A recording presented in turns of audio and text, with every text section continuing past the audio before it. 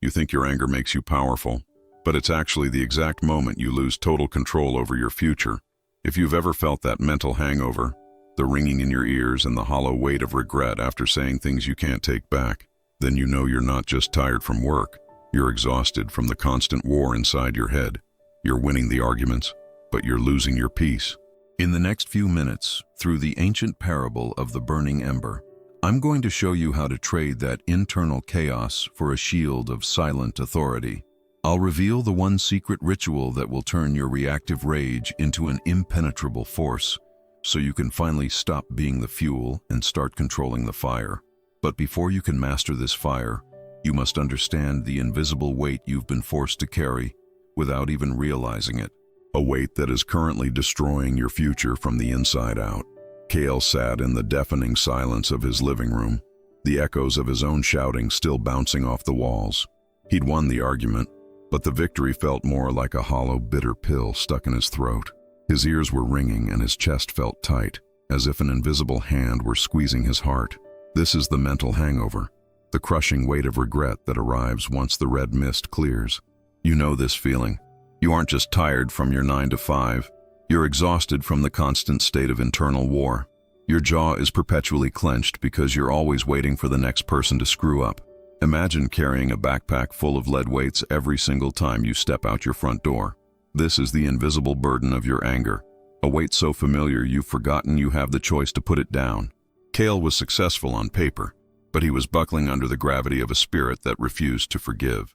He mistook people's fear for respect, while deep down, he was losing the soul of his relationships. But what Kale didn't know, and what you likely don't realize yet, is that most of these lead weights aren't even yours to carry.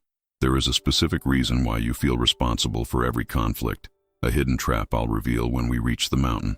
And if you don't learn how to identify these stones, they will eventually crush the very future you're trying to build.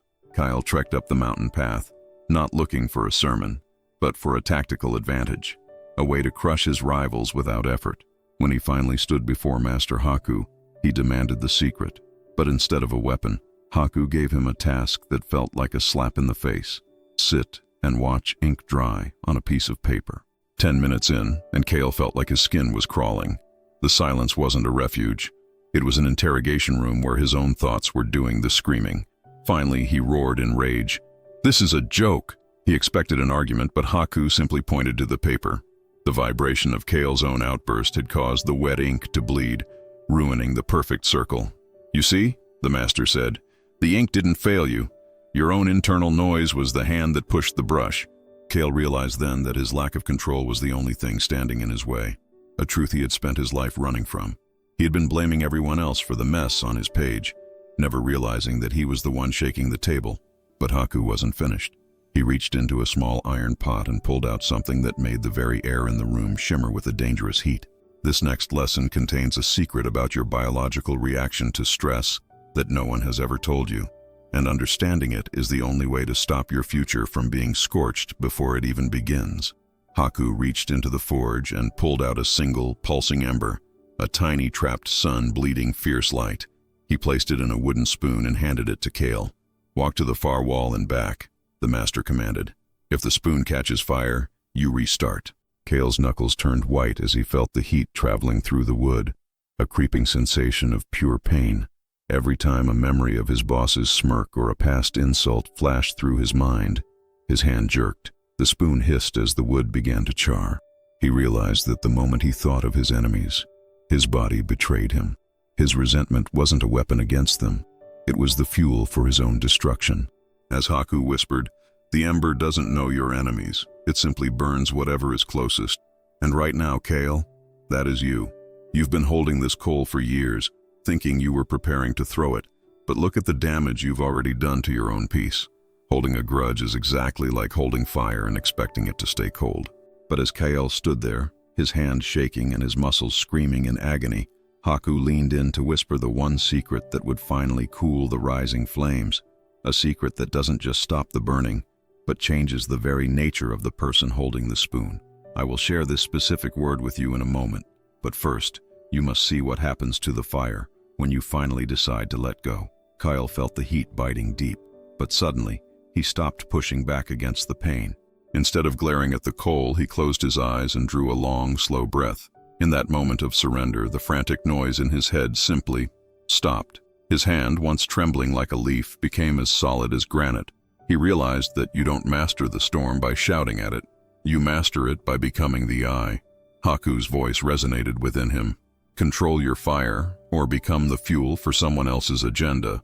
Kale finally understood that his anger was a map he had been giving his enemies to find his heart. With a deliberate motion, he tilted the spoon over a bowl of cold water. The ember hit the surface with a violent hiss, turning into a harmless, blackened pebble. As the steam touched his face, he felt the heavy lead weights finally fall from his invisible backpack. He was light, clear, and truly free. You can achieve this same clarity tonight through what the ancients call the cooling chamber ritual. When the heat rises, visualize a glass room in your mind. Step inside for 5 seconds and watch the red mist press against the glass, unable to touch you unless you open the door. This is where your true power is born. But there is one final hidden reason why most people fail to keep this chamber closed. A subtle psychological leak that keeps you picking up stones that aren't yours. And I'm about to show you the only way to seal it forever. Kale walked out of the dojo, but he wasn't the same man who had stormed in with demands. He carried a silence that was more intimidating than his loudest shout could ever hope to be. He realized the world hadn't changed, but the way he walked through it had shifted forever. He was finally the master. But here's the final secret that Kale discovered, and the reason why most people, perhaps even you, keep getting burned even after learning the ritual.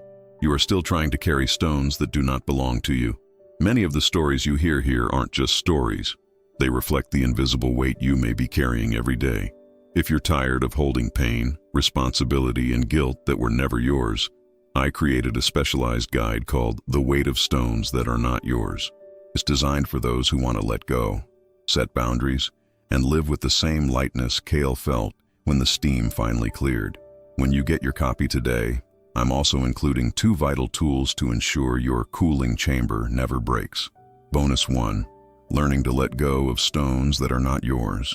A deep dive into the psychological leaks that make you pick up other people's burdens.